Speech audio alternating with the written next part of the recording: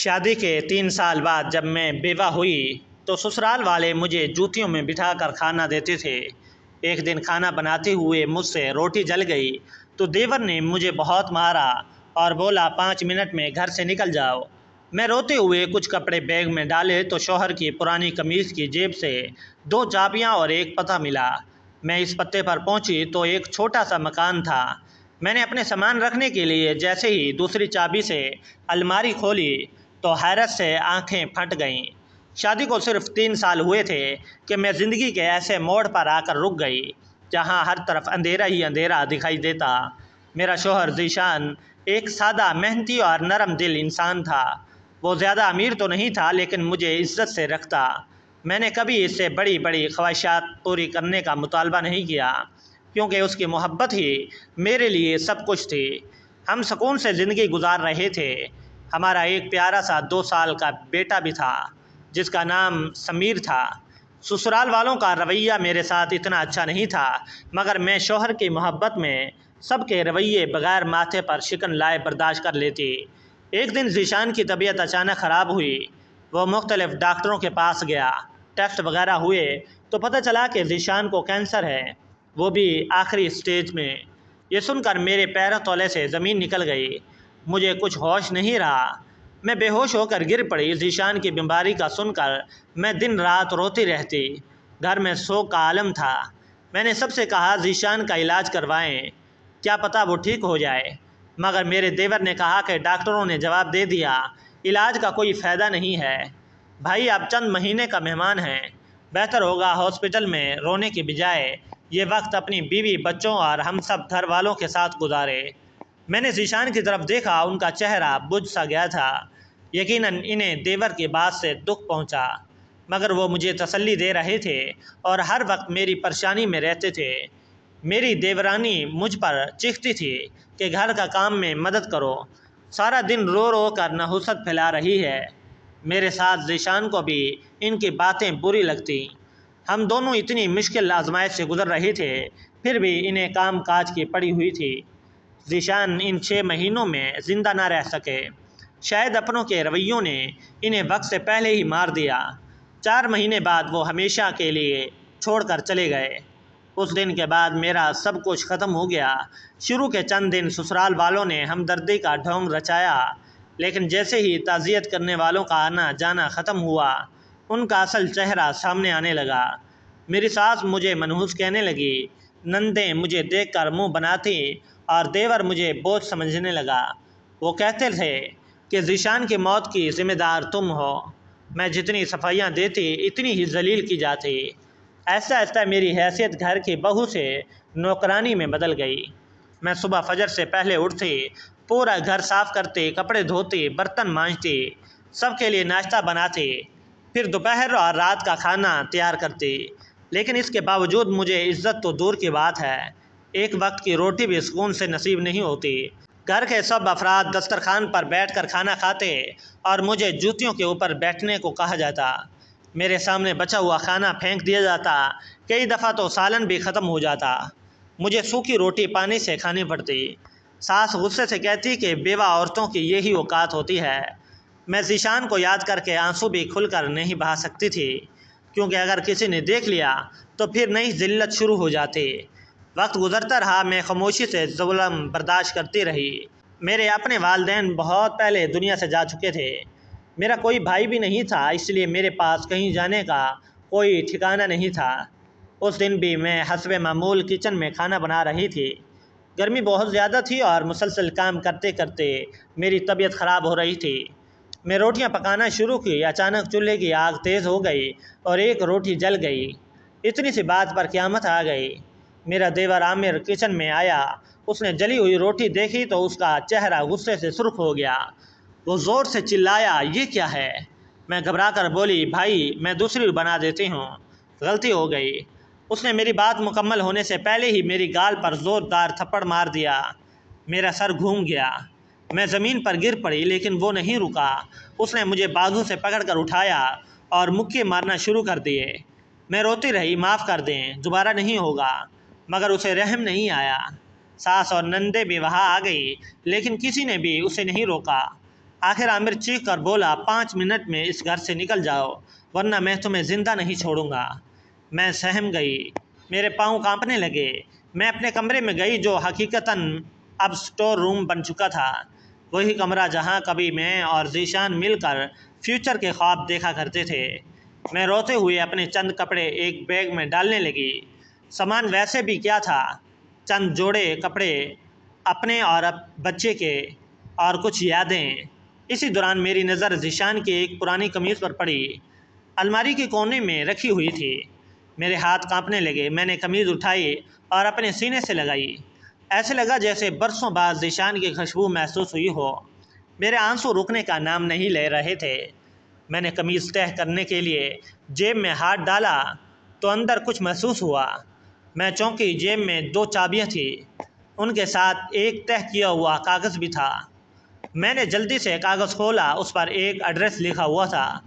मैं हैरान रह गई, ये पता मैंने पहले कभी नहीं देखा था। दिल में कई सवाल पैदा हुए। ज़ीशान ने मुझसे क्यों छुपाया? ये चाबियाँ किस चीज़ की थीं और ये पता किस जगह का था? बाहर से आमिर की आवाज़ आ रही थी, निकल रही है या नहीं? मैंने जल्दी से कागज़ और चाबियाँ बैग में रखी, अपने बेटे समीर को उठाया और घर से निकल आई। मेरे पास और कोई रास्ता नहीं था, इसलिए मैं सीधा इस एड्रेस की तरफ चल पड़ी। कई घंटों के सफ़र के बाद मैं एक पुरानी सी बस्ती में पहुंची। वहां एक छोटा सा मकान मौजूद था। मकान सादा था लेकिन साफ़ सुथरा लग रहा था। मेरे दिल की धड़कन तेज़ हो गई। मैं दरवाजे के करीब गई, पहली चाबी निकाली, कांपते हाथों से ताला खोला। चाबी बिल्कुल फिट आ गई, दरवाज़ा खुल गया।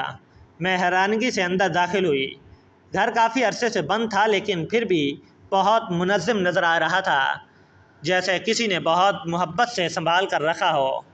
मैंने ऐसा ऐसा पूरा घर देखा। 2 कमरे थे, एक छोटा सा बावर्ची खाना और एक कमरे में लकड़ी की बड़ी अलमारी रखी हुई थी।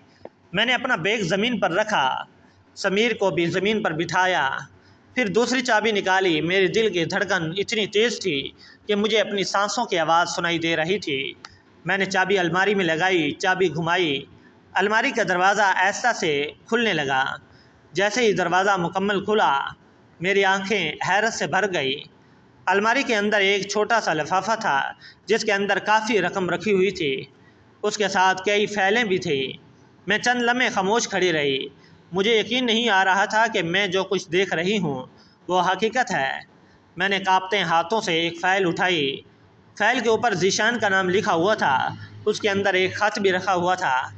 मैंने जल्दी से ख़त खोला। ख़त के शुरू में लिखा था, अगर तुम ये ख़त पढ़ रही हो तो इसका मतलब है कि मैं तुम्हारे साथ नहीं हूँ और तुम इस मकान तक पहुँच चुकी हो। ये पढ़ते ही मेरे जिस्म में एक सर्द लहर दौड़ गई। मैं ज़मीन पर बैठ गई, मेरी आंखों से आंसू जारी हो गए। मैं कांपते हुए हाथों से ज़ीशान का ख़त पढ़ने लगी। मैंने ख़त मजबूती से पकड़ा और पढ़ना शुरू किया। ख़त में ज़ीशान की लिखाई देखते ही मेरे आंसू बेइख्तियार बहने लगे। ऐसे महसूस हो रहा था जैसे वो मेरे सामने बैठा मुझसे बातें कर रहा हो। ख़त में लिखा था, अगर तुम यहाँ तक पहुँच गई हो तो इसका मतलब है कि मेरे बाद तुम पर वही जुल्म हुआ जिसका मुझे पहले से डर था। मैं अपने घर वालों को अच्छी तरह जानता था। मैं जानता था कि मेरी मौजूदगी में भी वो तुम्हारे साथ अच्छा सलूक नहीं करते थे। मेरे बाद तुम्हारी ज़िंदगी आसान नहीं करेंगे। इसलिए मैंने अपनी मेहनत से जो प्लाट ख़रीदा था उसे बेच कर ये मकान ख़रीदा है। मैं चाहता था कि अगर कभी तुम पर मुश्किल वक्त आए तो तुम्हारे पास एक महफूज जगह हो। ख़त पढ़ते पढ़ते मेरी हिचकियाँ बंद हो गईं। ज़ीशान ने लिखा था कि अलमारी में जो रकम रखी है वो कई साल की बचत है। उसके साथ कुछ फ़ाइलें भी हैं जिनमें एक छोटी सी कंपनी के कागजात मौजूद हैं। मैं हैरान थी क्योंकि ज़ीशान ने कभी किसी कंपनी का जिक्र नहीं किया था। ख़त में आगे लिखा था कि मैं अपने एक दोस्त के साथ मिलकर एक कारोबार शुरू कर रहा हूँ, लेकिन मैं चाहता था कि सब कुछ मुकम्मल होने के बाद तुम्हें बताऊँ। अगर मैं ज़िंदा रहता तो ये सब तुम्हें खुद बताता, लेकिन अगर ये ख़त तुम पढ़ रही हो इसका मतलब है कि किस्मत ने मुझे मोहलत नहीं दी। मेरी आंखों से आंसू मुसलसल बहने लगे। मैंने फ़ाइलें खोल कर देखी तो वाक़या रजिस्टर कंपनी के दस्तावेज़ मौजूद थे, कुछ बैंक रिकॉर्ड थे और एक डायरी भी रखी हुई थी। मैं डायरी खोली, उस पर ज़ीशान ने रोज़ाना के हिसाब किताब के साथ अपने दिल की बातें भी लिखी हुई थी। एक सफ़े पर लिखा था, मेरी सबसे बड़ी ख्वाहिश ये है کہ میری بیوی کبھی کسی کے سامنے ہاتھ نہ پھیلائے۔ دوسرے صفحے پر لکھا تھا، اگر مجھے کچھ ہو جائے تو وہ مضبوط رہے کیونکہ وہ کمزور نہیں ہے۔ یہ الفاظ پڑھ کر پہلی دفعہ محسوس ہوا کہ مرنے کے بعد بھی ذیشان مجھے سہارا دے رہا تھا۔ شام ہونے لگی، میں نے گھر کا جائزہ لیا۔ باورچی خانے میں کچھ ضروری سامان موجود تھا، پانی کا کنیکشن بھی چل رہا تھا۔ میں نے کئی مہینوں بعد سکون کا سانس لیا۔ اس رات میں اسی گھر میں سو گئی۔ صبح میری آنکھ کھلی تو پہلی بار مجھے کسی کی ڈانٹ یا حکم دینے کی آواز نہیں سنائی دی۔ میں کچھ لمحے خاموش بیٹھی رہی، پھر اچانک مجھے احساس ہوا کہ میری زندگی کا فیصلہ اب میرے اپنے ہاتھ میں ہے۔ اگلے چند دن میں نے گھر کی صفائی کی، تمام کاغذات ترتیب سے پڑھے اور ذیشان کے کاروبار میں جاننے کی کوشش کی۔ فائلوں میں ایک فون نمبر بھی موجود تھا جو ذیشان کے دوست ندیم کا تھا۔ بہت سوچنے کے بعد میں نے اسے فون کیا۔ ندیم میری آواز سن کر خاموش ہو گیا، پھر اس نے ایسا آواز میں کہا کہ میں ذیشان کے بارے میں سن کر بہت افسوس ہوا مجھے۔ اس نے بتایا کہ واقعی وہ دونوں مل کر ایک کاروبار شروع کر رہے تھے۔ ذیشان بہت ایماندار اور محنتی انسان تھا۔ ندیم نے کہا کہ وہ مجھ سے ملنا چاہتے ہیں۔ اگلے دن وہ مکان پر آیا، اس نے مجھے تمام تفصیلات سمجھائیں۔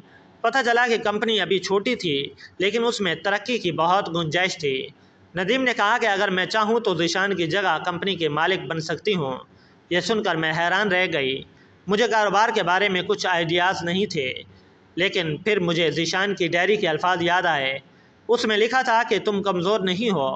میں نے ہمت کی اور کام سیکھنے کا فیصلہ کیا۔ اگلے 3 مہینے میری زندگی مسلسل جد و جہد میں گزری۔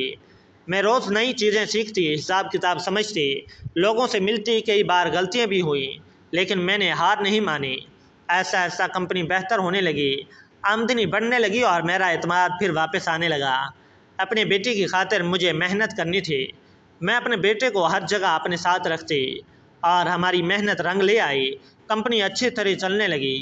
ندیم ایک اچھا انسان تھا، اس کی جگہ اگر کوئی اور ہوتا تو میرے اور میرے یتیم بچے کا حق کھا جاتا۔ میرے دیور اور باقی گھر والوں کو پتہ چل چکا تھا کہ ذیشان مرنے سے پہلے میرے لیے ایک محفوظ ٹھکانہ بنا گیا تھا۔ ان کے سینوں پر سانپ لوٹ رہے تھے مگر وہ کچھ نہیں کر سکتے۔ اللہ جب ایک دروازہ بند کرتا ہے تو دوسرا ضرور کھول دیتا ہے۔ وہ اپنے بندوں کو کبھی بے سہارا، بے یار و مددگار نہیں چھوڑتا۔ ناظرین، آپ کو ہماری آج کی کہانی کیسی لگی؟ کمنٹ سیکشن میں اپنی قیمتی رائے کا اظہار ضرور کیجیے گا، اور اس طرح کی مزید سبق آموز کہانیاں سننے کے لیے ہمارے چینل کو سبسکرائب کریں، ویڈیو کو لائک کریں اور زیادہ سے زیادہ شیئر کریں۔ پھر ملتے ہیں ایک نئی اور سبق آموز کہانی کے ساتھ۔ تب تک کے لیے اللہ حافظ۔